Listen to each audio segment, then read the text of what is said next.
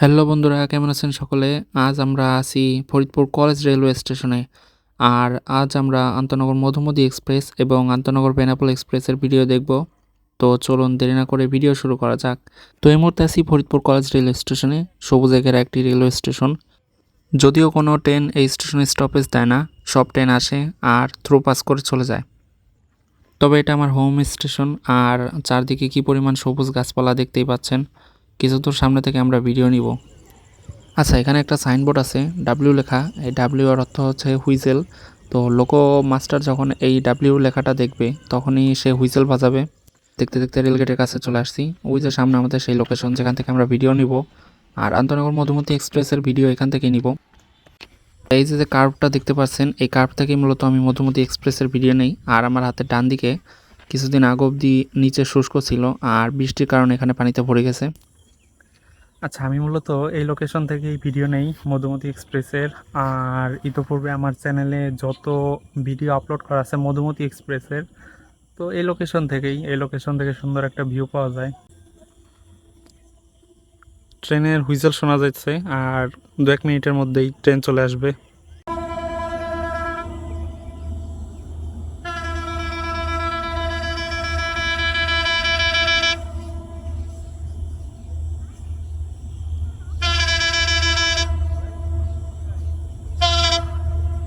এত লম্বা হর্ন শুনলে যে কারোরই মনটা খুশিতে ভরে উঠবে, বিশেষ করে ইএমডি লোকোমোটিভের হর্ন।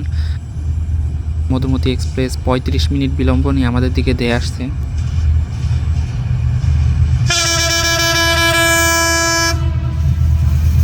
কড়া ভাই, কড়া শট, একদম কড়া হুইজেল বাজাতে বাজাতে ট্রেন আমাদের থ্রুপাস চলে যাচ্ছে এই মুহূর্তে।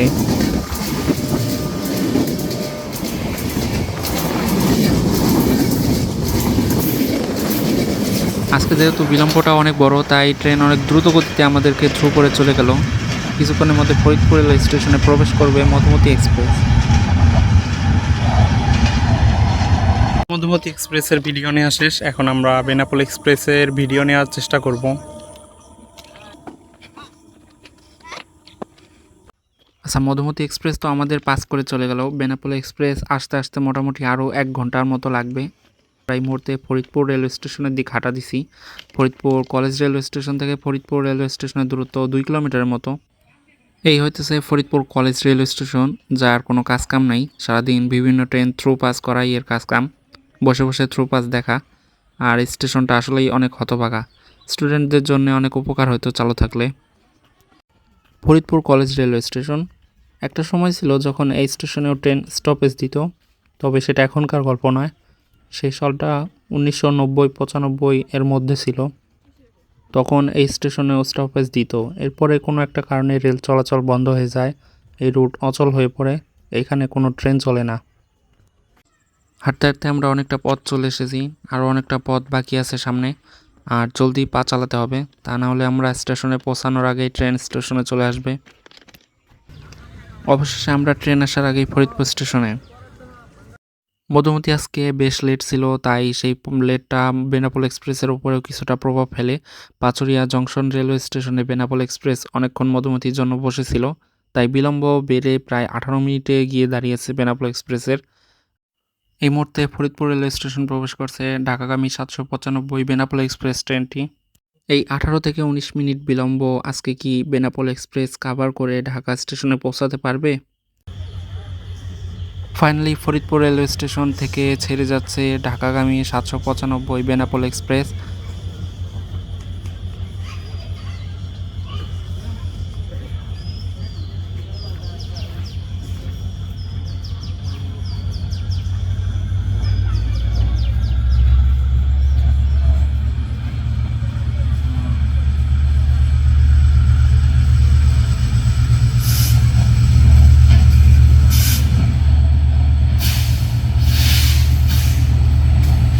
আজকের বেনাপোল এক্সপ্রেসের লোকোমোটিভ 6608।